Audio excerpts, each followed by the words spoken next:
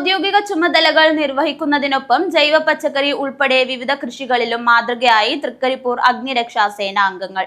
നിലയം വളപ്പിലും തൃക്കരിപ്പൂർ കാലിക്കടവ് പ്രധാന പാതയോരത്തുമായുള്ള പച്ചക്കറിത്തോട്ടത്തിൽ നിന്നും നിത്യേന വിളവെടുപ്പ് നടന്ന് വരുന്നുണ്ട്.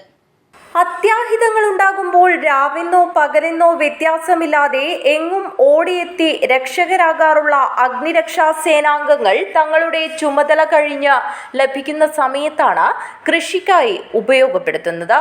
വെള്ളരി, മത്തൻ, പയർ, വെണ്ട, തക്കാളി, പച്ചമുളക് തുടങ്ങിയ പച്ചക്കറി ഇനങ്ങളാണ് ജൈവരീതിയിൽ സേനാംഗങ്ങൾ കൃഷി ചെയ്തത്. 24 മണിക്കൂർ സേവനത്തോടൊപ്പം കൃഷിയിൽ വിജയഗാഥ ഇവരുടെ മുഖമുദ്രയാണ്.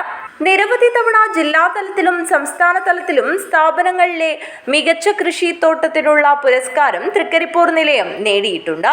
കൃഷിഭവന്റെ സഹകരണത്തോടെയാണ് ഇത്തവണയും പ്രധാന ഇനങ്ങൾ കൃഷി ചെയ്തിട്ടുള്ളത്. സംസ്ഥാന ഫിഷറീസ് വകുപ്പുമായി സഹകരിച്ച് ഇത്തവണ മത്സ്യകൃഷിയും ഇവിടെയുണ്ട്. വലിയ ടാങ്കിൽ കട്ട്ല വർഗത്തിൽപ്പെട്ട മത്സ്യങ്ങളെയാണ് കൃഷി ചെയ്തിട്ടുള്ളത്. കൊതുക് നിവാരണത്തിനായി ആയിരക്കണക്കിന് ഗപ്പി മത്സ്യങ്ങളും വളർത്തുന്നുണ്ട്. തൃക്കരിപ്പൂർ അഗ്നിരക്ഷാ നിലയത്തിലെ സേനാംഗങ്ങൾ ഒഴിവുവേളകൾ നടത്തിവരുന്ന ജൈവ പച്ചക്കറി കൃഷി പരിസര പ്രദേശത്തെ വീട്ടുകാർ ഉപയോഗപ്പെടുത്തി വരുന്നതായി Trikaripur fire station officer KV Prabhakaran പറഞ്ഞു.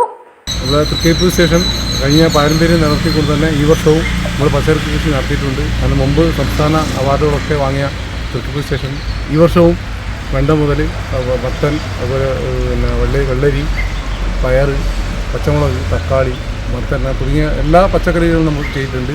കാരണം ഫയർഫോഴ്സ് ജീവിതത്തിൽ നമുക്കറിയാം, ഒരു കായിക സംസ്കാരം ഇല്ലെങ്കിൽ നമ്മളെ ഒരു പ്രവർത്തനങ്ങൾ തന്നെ വളരെ പുറകോട്ട് പോകും. അതുകൊണ്ട് തന്നെ തൃക്കരിപ്പൂർ സ്റ്റേഷൻ പച്ചക്കറി കൃഷിയുമായി ഈ രംഗത്ത് ഇറങ്ങിയിട്ടുള്ളത്. ഉർമീസ് തൃക്കരിപ്പൂർ, ന്യൂസ് ബ്യൂറോ, തൃക്കരിപ്പൂർ.